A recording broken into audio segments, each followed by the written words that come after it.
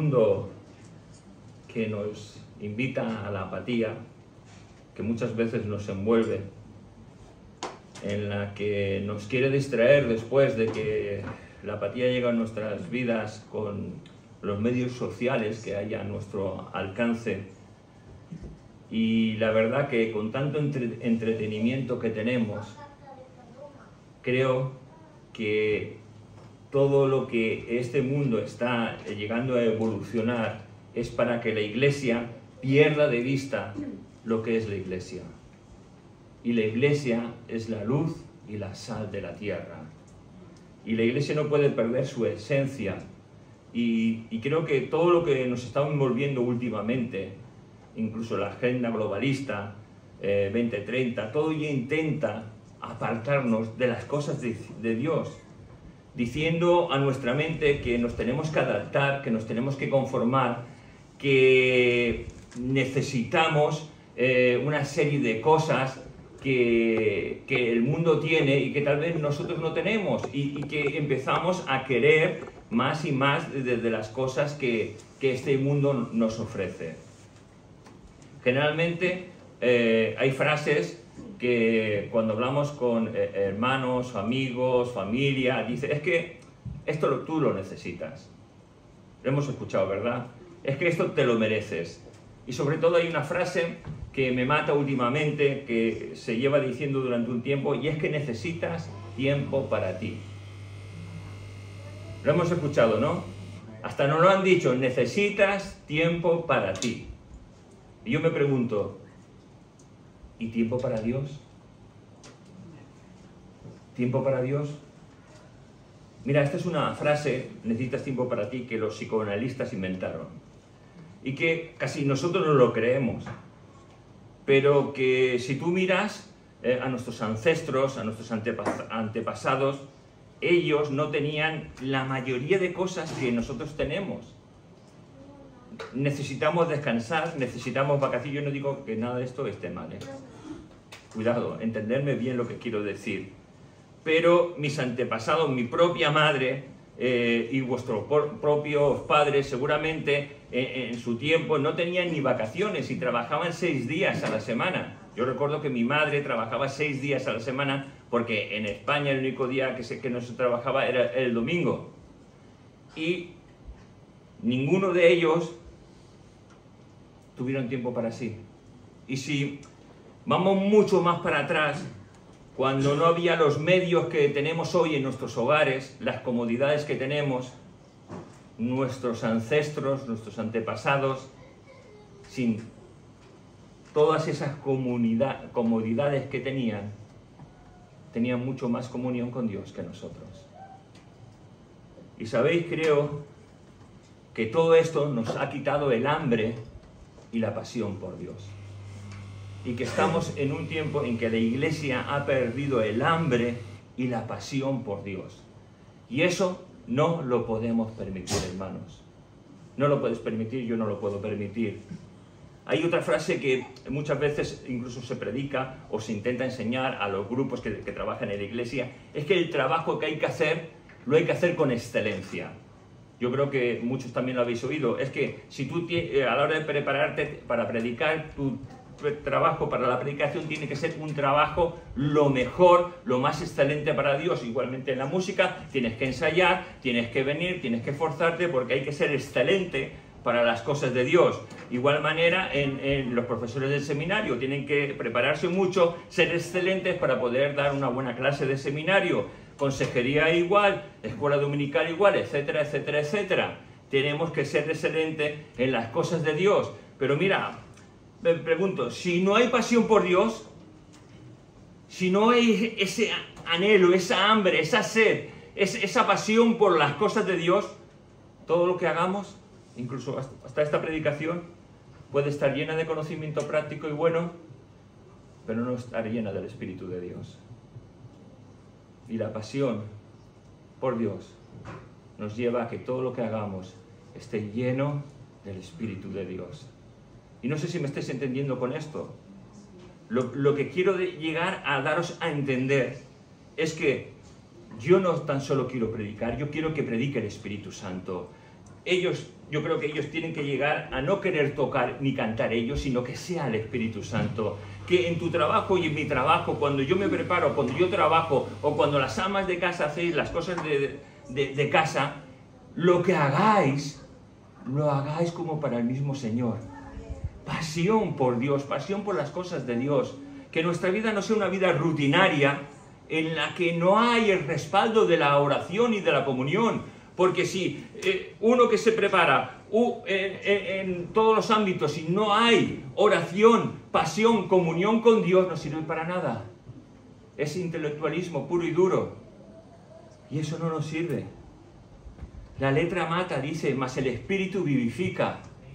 Pero hay que tener esa comunicación entre ambas, la palabra y el Espíritu, porque tienen que ir unidas entre sí. Y tú y yo necesitamos esa pasión por Dios. Y en esta mañana me gustaría ver a algunos hombres apasionados por Dios, que en sus momentos dados la pasión les salió por los poros de la piel. Tal vez hombres con muchos defectos, como tú y como yo, pero hombres apasionados por Dios. Y tal vez a muchos de los que estamos sirviendo a Dios nos metieron en esta área determinada, en esta área determinada de servicio. Nos metieron o nos metimos por sentirnos bien con nosotros mismos, tal vez para ser vistos y reconocidos. Pero mira, si tú estás sirviendo a Dios por ser visto o reconocido, eso no sirve para nada. Si te has metido dentro de un área determinada, pero tú no estás a gusto porque lo estás haciendo por obligación, eso no sirve para nada. Ante los ojos de Dios, nuestros actos y nuestras acciones, todo lo que hagamos, en ello Dios debe recibir la gloria. Si tú y yo recibimos la gloria, lo estamos haciendo mal. Si yo quiero ser reconocido porque pienso que valgo para esto, lo estoy haciendo mal. Mi vida, mis actos, todo lo que yo soy, tiene que dar la gloria y la honra a Dios. Y ante eso tenemos que tener pasión. Y Dios debe de recibir toda la gloria, toda la honra y todo el honor en todo lo que hagamos. Voy a hablar de un hombre malo, pero que conoce las cosas de Dios. Hombres malos que conocen las cosas de Dios, qué cosas tan raras, ¿no? Pero mira, vamos a ir al libro de Apocalipsis, al capítulo 2, versículo 14.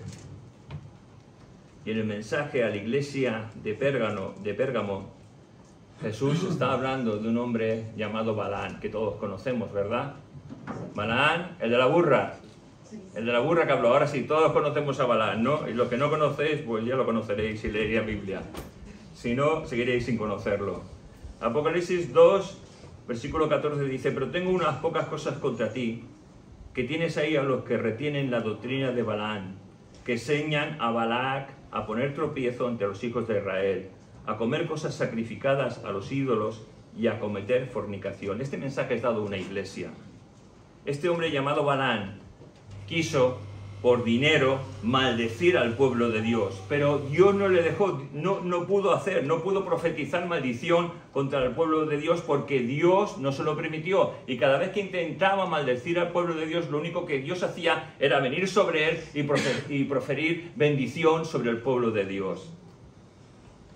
Se corrompió este hombre por dinero, pero fíjate que este hombre lo que quiso hacer era poner tropiezo a los hijos de Dios.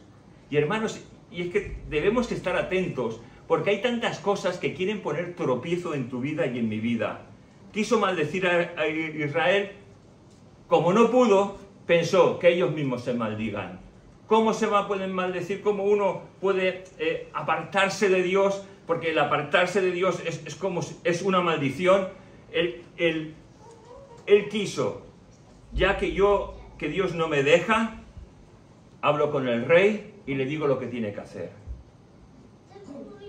Mira, que ellos mismos se maldigan, que coman cosas suculentas, que coman cosas buenas, pero sacrificadas a los dioses paganos, y que forniquen con las hijas de esos pueblos. Estamos hablando del pueblo de Israel, de la peregrinación, de que estaban a punto de entrar en la tierra, pero ¿sabes una cosa? El enemigo siempre quiere entorpecer los planes de Dios. El enemigo quiere que tu vida y mi vida sea una vida de fracaso, una vida de derrota. Pero ¿sabes una cosa? Dios no lo va a permitir.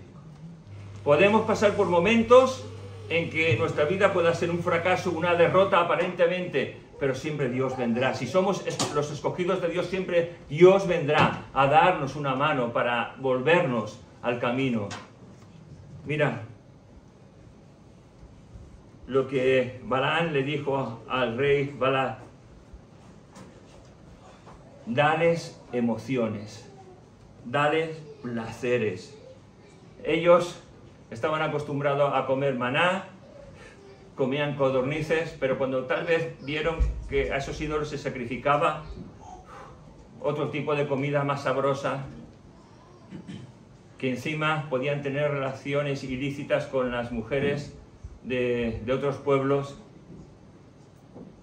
todo eso desvió el corazón de los hijos de Dios en un momento. Dice la Biblia: mira que el que esté fuerte, mire que no caiga. ¿Te crees fuerte en el Señor? Ten cuidado, porque no somos tan fuertes, somos débiles y necesitamos estar cogidos a Cristo. Mira, las costumbres de este mundo intentan que nos adaptemos a ellas. Ahí están, hay muchísimas costumbres que intentan que nos adaptemos, formas de conducirnos, formas de andar por la vida, que muchas de ellas son lícitas, hermanos, son lícitas, aparentemente inofensivas, que incluso decimos: mira, pero si es que ese creyente lo hace, ¿cómo no lo voy a hacer yo? Claro, si yo me tiro por un barranco, tú también te vas a tirar por un barranco, ¿verdad? La cuestión es que el trasfondo de muchas de esas cosas lícitas, porque dice la palabra de Dios que todo me es lícito, pero no todo me conviene, ¿verdad? Entonces hay un montón de cosas que creo que son lícitas, que este mundo hace, y que nosotros las adaptamos o las cogemos simplemente porque otros las hacen. Pero ¿sabes? Muchas de esas cosas, el trasfondo es desviarnos de Dios, es de apartarnos de Dios. Mira, ¿y cómo yo sé si eso me aparta de las cosas de Dios? Mira, si trae problemas a mi vida, como un hijo de Dios, me está apartando de las cosas de Dios. Si dejo de leer la Biblia, me está apartando de las cosas de Dios.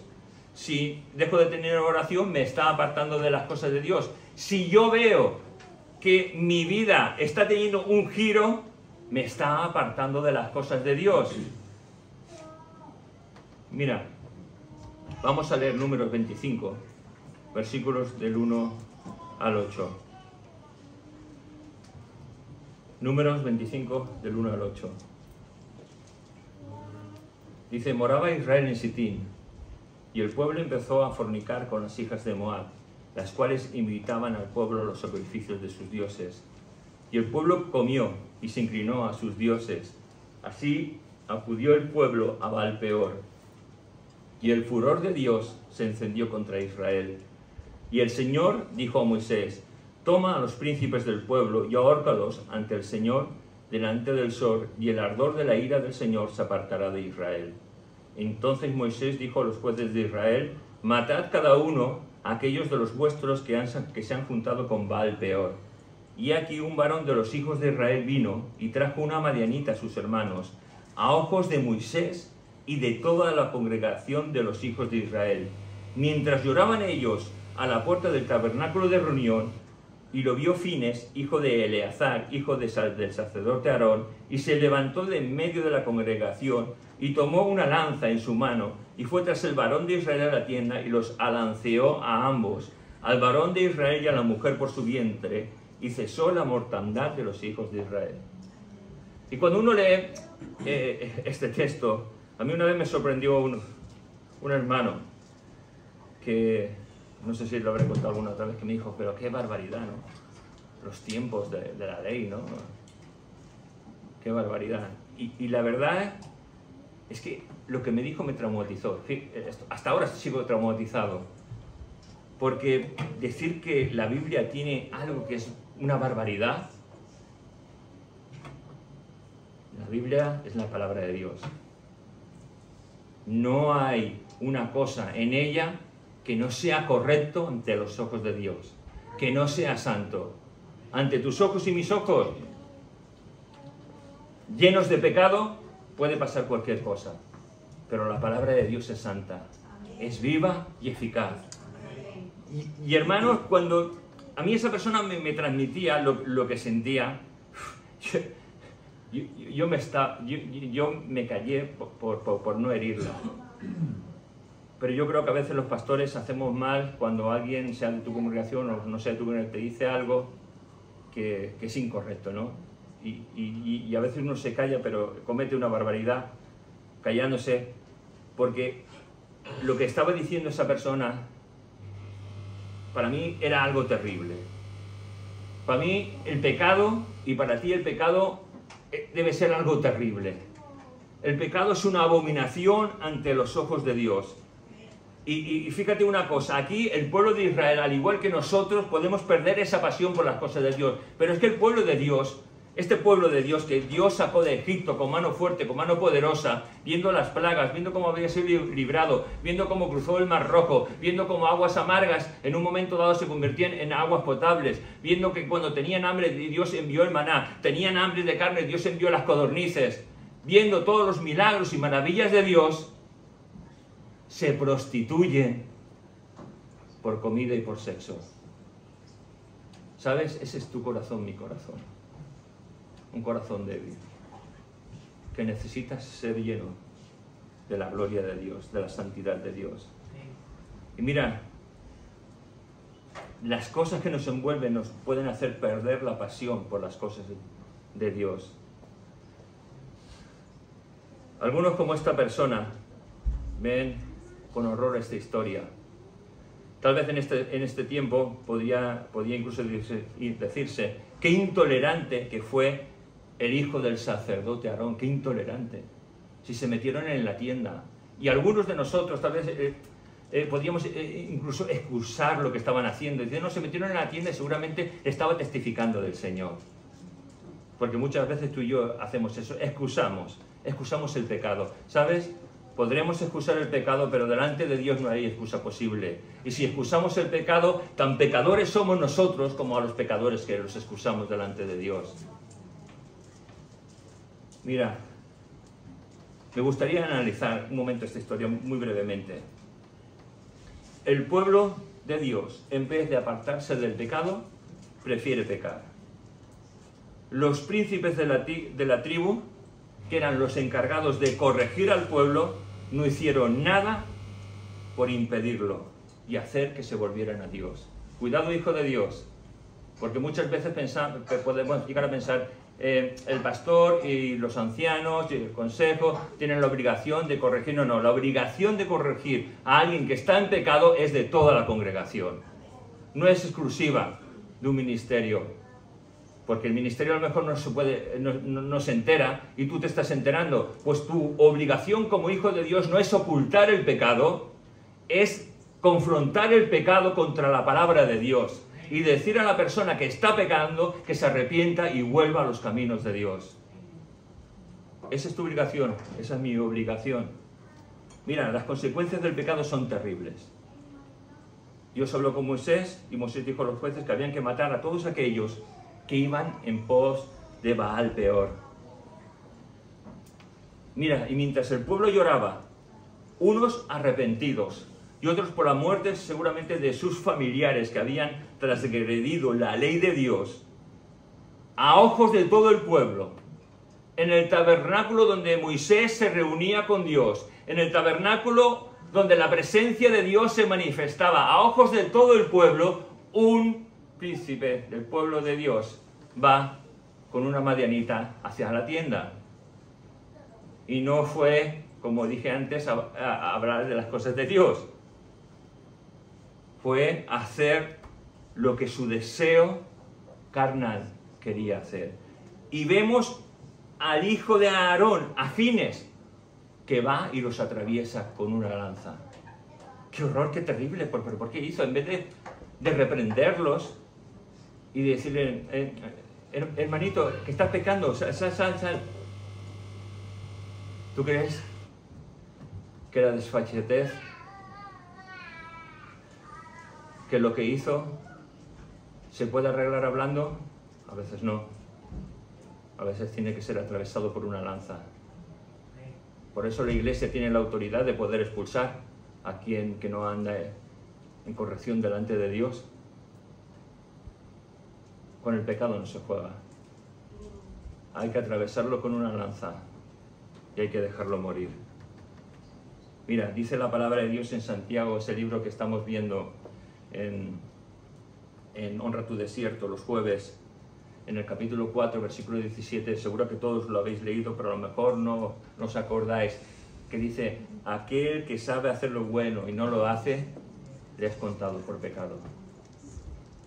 Aquel que hace lo bueno y no lo hace, le es pecado.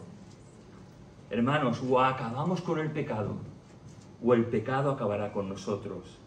Tenemos que tener esa misma pasión que tuvo este hombre Fines. No permitir que la congregación sea insultada, que la gloria de Dios sea menospreciada, que el Dios en que ellos creen sea un Dios más. No podemos permitir el pecado, ni en sus líderes ni en nada. El pecado hay que erradicarlo, expulsarlo de en medio del pueblo de Dios. Mira, todos pecamos, pero lo que quiero decir es que con el pecado no podemos jugar. Tenemos que luchar contra él. Tenemos que pedir las fuerzas a Dios necesarias para, si tenemos ataduras, que Dios rompa nuestras ataduras. De que si estamos enganchados en cualquier cosa, de que Dios nos desenganche y nos enganche al Espíritu Santo para tener comunión con Él. Mira, hay tantas cosas que permitimos, chismes, inmoralidad. Permitimos el poder oír ciertas cosas que son crítica, murmuramos, somos déspotas muchas veces, tenemos enemistades, tenemos celos, contiendas, tenemos riñas entre nosotros, somos intolerantes entre nosotros, hay idolatría en medio de nosotros, hay falta de amor. Todo esto hay que atravesarlo con una lanza. No puedes permitir que la basura ensucie nuestra vida. Mira, lo que he dicho está reflejado en Gálatas 5, 19 al 21 y me he quedado corto con las cosas que he dicho. Porque tenemos que tener pasión por Dios y por andar en las cosas de Dios y por obrar para que la gloria de Dios sea glorificada, llena en todos los ámbitos y aspectos de nuestra vida. Hay otros hombres. De uno de ellos no quería hablar, pero creo que tengo que hablar al final. Hay otros hombres como David y Elías, que fueron también hombres como Fines, apasionados por Dios. Mira, cuando el pueblo de Dios, la Iglesia, marcha en sus fuerzas, es un pueblo que va al fracaso. Pero cuando marcha en las fuerzas de Dios, es un pueblo victorioso. Cuando el pueblo de Dios, su Iglesia, confía en Dios, vive para Dios y experimenta la gloria de Dios, es un pueblo bendecido. Cuando el pueblo de Dios lee la palabra, cuando el pueblo de Dios ora, cuando el pueblo de Dios intercede, cuando el pueblo de Dios ayuna, es un pueblo bendecido. Mira, en medio de una batalla, un muchacho de 17, 18 años escucha que todo el pueblo de Dios está muerto de miedo por un gigante que blasfema cosas contra Dios y que reta a que de entre el pueblo de Dios salga un paladín. Toda esa gente veía un gigante. David vio a un enano. Porque los que vemos gigantes imposibles de derrotar, vivimos en el fracaso y en la confusión, como el pueblo de Dios en tiempos de David.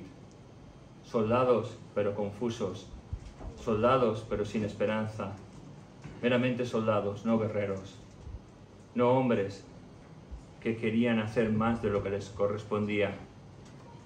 Y David no ve a un gigante, ve al Dios que derrota a los gigantes, al Dios en el que puede confiar, en el Dios en el que no hay obstáculos, en el Dios que no hay ciudades grandes ni amuralladas, el Dios de lo imposible.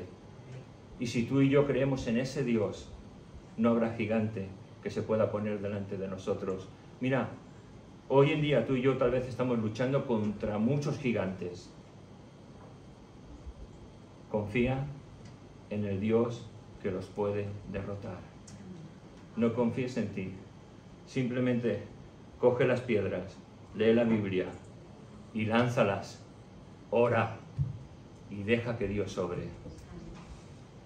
En Primera de Reyes, capítulo 18, versículos 19-21, vemos una historia, la del profeta Elías. Dice: envía pues ahora y congrégame a todo Israel en el monte Carmelo, y a los 450 profetas de Baal, y a los 400 profetas de Asera, que comen de la mesa de Jezabel. Entonces Acab convocó a todos los hijos de Israel y reunió a los profetas en el monte Carmelo, y acercándose Elías a todo el pueblo dijo: ¿hasta cuándo claudicaréis vosotros entre dos pensamientos? Si el Señor es Dios, seguidle, y si Baal, y en pos de él. Y el pueblo no respondió palabra. Esto último me llama la atención, y el pueblo no respondió palabra. No es esa nuestra actitud muchas veces. La palabra llega a nosotros, pero no decimos nada. No decimos: Señor, ayúdame a ser hacedor de ella. Señor, quiero ser hacedor de lo que tú me estás diciendo en este día. A veces nos callamos y no respondemos nada. Elías era un hombre con pasión. Obedeció todo lo que Dios le dijo y no le importó enfrentarse a todo un pueblo. Un pueblo que no creía, un pueblo que estaba dispuesto a matar al mismo Elías en un momento determinado, pero que no le importó porque Dios estaba con él. Hijo de Dios, Dios está con nosotros. Recuerda eso, Dios está con nosotros en nuestros momentos de fracaso, en nuestros momentos de debilidad. Dios está con nosotros. Muchas veces el enemigo quiere meternos la idea de que eres un fracasado, otra vez has vuelto a pecar, otra vez has vuelto a caer. ¿Vas a hacer caso al enemigo? ¿O vas a hacer caso a la palabra de Dios? Porque la palabra de Dios me dice que tengo un abogado al que puedo acudir. Abogado tenemos para con el Padre, a Cristo Jesús. Y ese abogado, si nos allegamos a Él, hace que Dios nos perdone delante del trono de los cielos. Acuérdate de que tienes un Dios al que puedes acudir siempre. En tus momentos buenos también, para honrar y bendecir su nombre y alabarle, y para darle toda la gloria a Dios. Nos vamos ahora al Nuevo Testamento a ver a otro de esos hombres de pasión. Vamos a ver a dos más y ya está. Un hombre de esos hombres de pasión por Dios era Pedro. Este hombre que todos conocemos era seguidor de Jesús. Pero cuando Jesús fue atrapado y fue para ir llevado a la cruz, este hombre negó a Jesús 3 veces, ¿verdad? 3 veces negó a Jesús. Mira, y a diferencia de Judas, porque Judas le pudo el remordimiento, no el arrepentimiento. Son dos cosas distintas. Remordimiento es una cosa, arrepentimiento es otra cosa. Mientras que a Pedro le llegó el remordimiento y le llegó el arrepentimiento. Y el arrepentimiento nos hace reconciliarnos con Dios. Pedro fue reconciliado con Dios porque se arrepintió de sus actos y de lo que hizo. Y ahora, más adelante, vemos que Pedro sigue perseverando y pasa algo inaudito en el día de Pentecostés. Pasa que ese mismo Pedro que había negado a Jesús, que había huido como alma que se le lleva, bueno, no sé cómo es el refrán, no me acuerdo cómo sea. Pues ese mismo Pedro recibe el bautismo del Espíritu Santo y en un momento dado empieza a hablar sin miedo, sin temor de lo que Jesús era, de que era el enviado por Dios para reconciliar al pueblo de Dios con Dios. Y esa predicación, hermanos, hace que 3.000 personas se conviertan. ¿Qué predicación? De los que predicamos, ¿quién no nos gustaría predicar y que 3.000 personas se convirtieran? Yo creo que todos nosotros, ¿verdad? Nos gustaría incluso hablar a otros y que eso pasara. Y hermanos, una de las cosas que nos tiene que cuando llegamos al Nuevo Testamento, que nos tiene que hacer tener pasión por Dios, es querer las cosas de Dios. Mira, cuando yo llego al Nuevo Testamento, si yo fuera una persona que me convierto por primera vez, que recibo al Señor y empiezo a leer la Biblia, empiezo a leer el Nuevo Testamento, empiezo a leer por el libro de Juan, que para mí es ese libro mucho más llamativo, ¿no? Aunque los otros tres también tienen el mismo tanto poder y tanto significado como el de Juan. Llegaríamos al libro de Hechos y pasaríamos a Corintios. Y si en mi conversión yo no estuviese en una iglesia pentecostal o en una iglesia bautista o una iglesia de hermanos, lo que a mí me pasaría simplemente por leer es que creería que todo eso es para la iglesia de hoy. Creería que el bautismo del Espíritu Santo sigue siendo vigente, creería que los dones del Espíritu Santo son vigentes y creería que Dios no ha cambiado y que su gracia no ha cambiado. Y eso me llama a que hemos perdido la pasión por lo que en el Nuevo Testamento desvela para la iglesia de hoy. Mira, yo no sé si tú crees en el bautismo del Espíritu Santo. Si no crees en el bautismo del Espíritu Santo, no pierdes nada, puedes decir, Señor, si esto es verdad, si esto es para hoy, Señor, ayúdame. Yo quiero tener lo que tuvieron los apóstoles. Si crees, pídelo, pero pídelo. No dudes, hijo de Dios. No pienses ni te conformes, porque el creyente que rebusca y mete excusas sin decir, Señor, si esto es verdad, que me pase. Y si no es verdad, pues que no me pase. Pero con corazón sincero delante de Dios, con búsqueda apasionada por Dios. Deja que Dios te hable. Deja que Dios te hable. Yo recuerdo una conversación con nuestro hermano Luis Vier.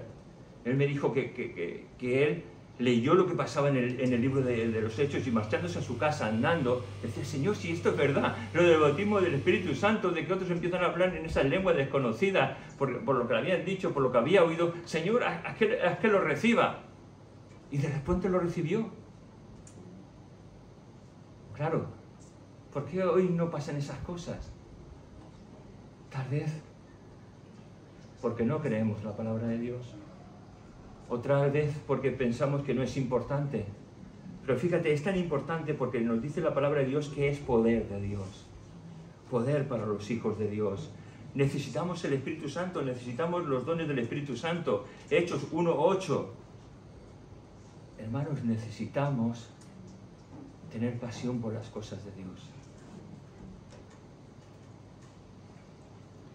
Mira, a Pedro se le murió su compañero de trabajo, por decirlo así, su compañero de luchas, se le murió Jacobo, el hermano de Juan. Y de repente hay una persecución en la iglesia en la que Herodes coge a Pedro y lo encarcela. ¿Y qué hace la iglesia de Jerusalén? ¿Sabéis lo que empezó a hacer la iglesia en Jerusalén cuando Pedro es encarcelado y cuando Jacobo está muerto? ¿Empiezan a orar? Empiezan a orar. Mira, vamos a leerlo. Hechos, capítulo 12, versículos del 5 al 10 dice: Así que Pedro estaba custodiado en la cárcel, pero la iglesia hacía sin cesar oración a Dios por él. Sin cesar oración a Dios por él. Y cuando Herodes le iba a sacar, esto significa no que le iba a sacar de la cárcel, sino que lo iba a degollar o lo iba a atravesar con una espada delante de todo el pueblo. Aquella misma noche estaba Pedro durmiendo entre dos soldados sujetos con dos cadenas. Y los guardas delante de la puerta custodiaban la cárcel.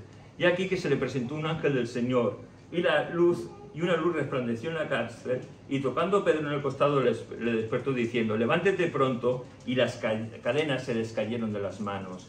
Le dijo el ángel: cíñete y atárate las sandalias, y así lo hizo. Y le dijo: envuélvete en tu manto y sígueme. Y saliendo le seguía, pero no sabía que era verdad lo que hacía el ángel, sino que pensaba que vio una visión. Habiendo pasado la primera y la segunda guardia, llegaron a la puerta de hierro que daba a la ciudad, la cual se les abrió por sí misma, y salidos pasaron a una calle y luego el ángel se apartó de él. ¿Es el poder de la oración? El poder de la oración es que Dios obra como Él quiere. Cuidado, hay que decir esto, hay que puntualizar: obra como Dios quiere, no como muchas veces pensamos nosotros. Pero esta vez Dios obró como quiso la iglesia. Mira, y a Pedro no le importaba si moría o vivía, lo que le importaba es que él estaba apasionado por Cristo, por su Salvador. Mira, me llama mucho la atención esta historia, porque, como todos lo sabéis, Pedro llega a casa de esa muchacha, ¿verdad? A casa de donde estaba la iglesia reunida, y le sale a recibir una chica que se llama Rode.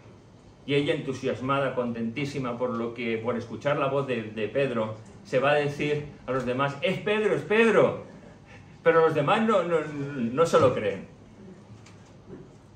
¿Os imagináis cómo somos? Porque aquí también es un reflejo de cómo somos nosotros. Oramos para que Dios obre un milagro, y cuando Dios obra un milagro no lo creemos. ¿No te ha pasado? Menos mal que somos sinceros.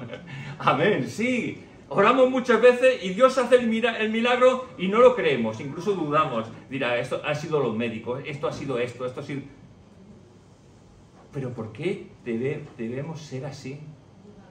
¿Por qué no damos más la gloria a Dios?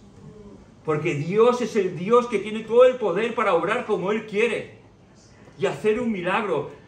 Y hermanos, cuando creemos la palabra, cuando oramos, cuando buscamos a Dios y tenemos esa pasión por Dios, Dios se mueve en medio de su pueblo. Vamos a ver a unos más por última vez. Vamos a ver otra presión. Esta vez es Pablo y Silas. Hechos 16, del 22 al 26. Dice así: y se agolpó el pueblo contra ellos, y los magistrados, rasgándoles la ropa, ordenaron azotarles con varas. Después de haberla azotado mucho, los echaron en la cárcel, mandando al carcelero que los guarde con seguridad, el cual, recibido este mandato, lo metió en el calabozo más adentro, y les aseguró los pies en el cepo. Pero a medianoche, orando Pablo y Silas, cantando himnos a Dios, y los presos los oían, entonces sobrevino de repente un gran terremoto, de tal manera que los cimientos de la cárcel se sacudían, y al instante se abrieron todas las puertas y las cadenas de todos se soltaron. ¡Un milagro! Empiezan a orar, empiezan a alabar, y un milagro. ¿Están haciendo algo bueno? Hay una muchacha que tiene un espíritu de adivinación. Pablo al final ofendido porque, claro, lo que muchas veces el enemigo intenta hacer es distraer o decir: tanto poder tienen estos hombres como tengo yo, ¿no? Entonces, al final, Pablo dice, reprende el espíritu de adivinación de la muchacha y sale. Y viendo los dueños de esa muchacha, en vez de alegrarse, porque ya no tenía más ese espíritu de adivinación, piensan: hemos perdido la ganancia de nuestro dinero, vamos a ir contra Pablo y Silas. ¿Y qué es lo que hacen? Pues hacen un tumulto, los cogen, los azotan, les rompen la ropa, les meten en una cárcel. Pero ¿sabes una cosa? Pablo era ciudadano romano, y una vez sido azotado, golpeado, pudo haber gritado en alta voz: soy ciudadano romano. Y si hubiese hecho eso, el que estaba azotándole y todos los que estaban ahí estaban pensando: acabamos de perder nuestra vida. Porque a un ciudadano romano no se le podía golpear o hacerle cualquier cosa si no antes no tenía un juicio justo. Ese era el poder de la ciudadanía romana. No podía ser cogido y hacer lo que quisieran de un ciudadano romano. Él podía haber dicho: que tengo mis derechos, como muchas veces tú y yo hacemos: que yo tengo mis derechos. Pero no lo hizo. No lo hizo. Se sometió, y lo que le importaba a Pablo y a Silas era que estaban haciendo lo correcto delante de los ojos de Dios. Mira, la pasión por Dios muchas veces nos lleva al sufrimiento, si fuera necesario. Pero Dios siempre tiene un fin mucho más elevado que el que pensamos nosotros. Y Pablo y Silas estaban cogidos a las manos de Dios. No les importaba. Mira, Pablo y Silas estaban en la prisión de más adentro, en la prisión más segura. Ahí los meten. Y generalmente cuando en los tiempos de Roma, el cepo, había dos tipos de cepo. Uno en el que se te cogía de los pies, las manos y la cabeza y quedabas inmovilizado. Y había otro simplemente de pies. Y tú te imaginas, yo me imagino a Pablo, a Silas, ahí en una habitación cochambrosa, oscura, sin oscuridad.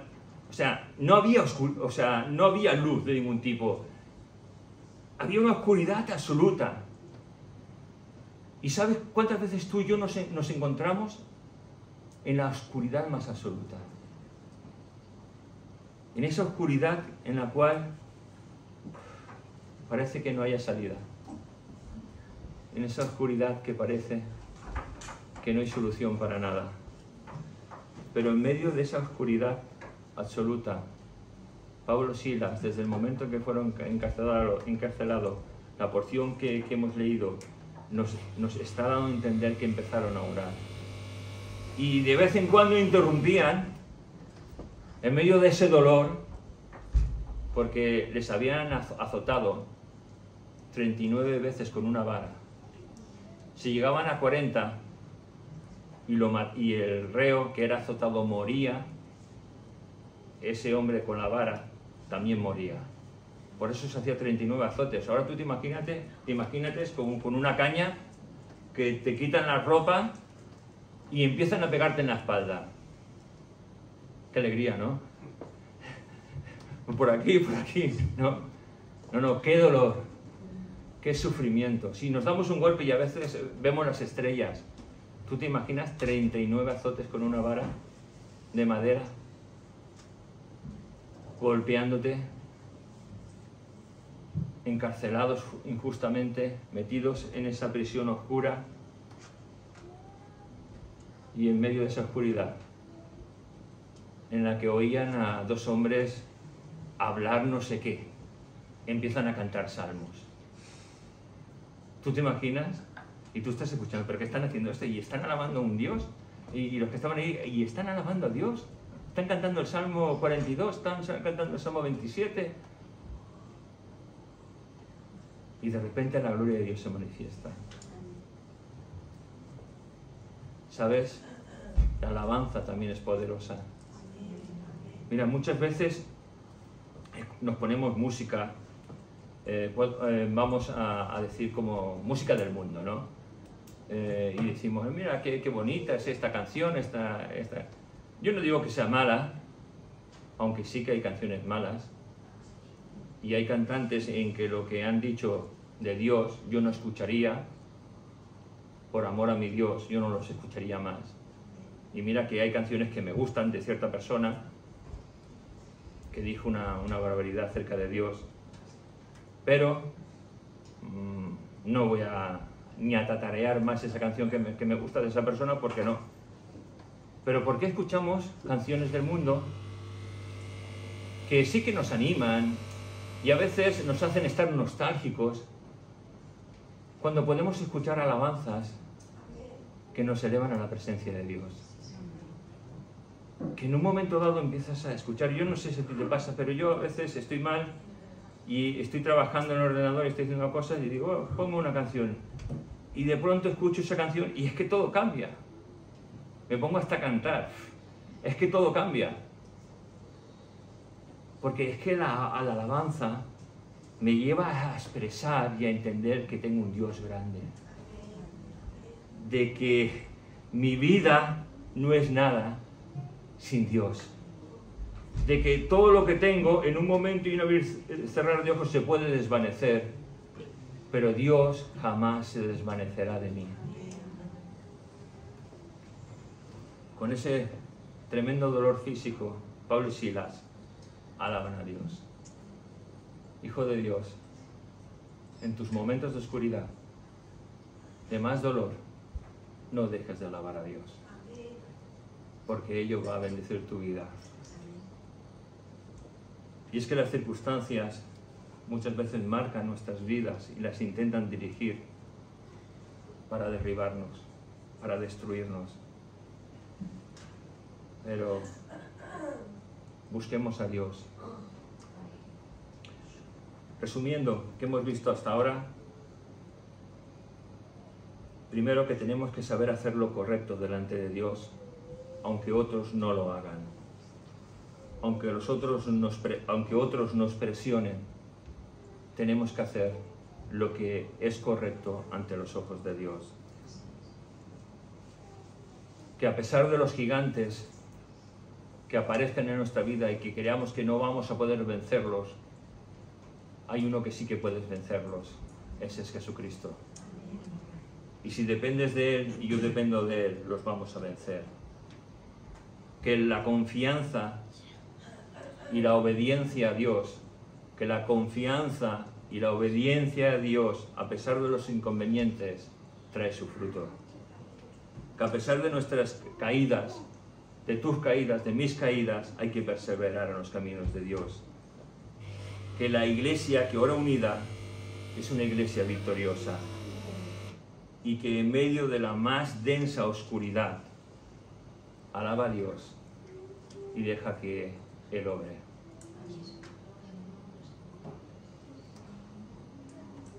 Vamos a acabar con una oración, pidiéndolo al Señor que nos dé pasión por Él. Señor, gracias por tu palabra. Gracias por estos gigantes que hemos visto, que se disuelven ante ti como el polvo. Gracias por estos hombres que hemos visto. Gracias por tu palabra, Señor. Y te pedimos, Señor, que nos des pasión por ti, por obedecerte, por amarte, por seguirte. Señor, apasionanos. Que donde no haya pasión, Señor, tú la pongas. Que donde haya frialdad, tú pongas celo. Que donde haya oscuridad, Señor, tú pongas luz. Porque todo tú lo puedes, Señor. Nosotros no podemos nada, pero todo tú lo puedes, Señor. Que tú rompas las cadenas que tantas veces nos atan, Señor, y que nos sumergen en la más densa oscuridad, Señor. Para ti no hay nada imposible, Señor. Y pedimos por la iglesia reunida aquí en esta mañana, Señor, que tú obres con poder y con gloria en cada vida, en cada corazón, Señor. Que no menospreciemos tu palabra, que la creamos, Señor, y sobre todo que nos ayudes a vivir tu palabra, Señor. Gracias te damos, Padre, en tu nombre, Jesús. Amén.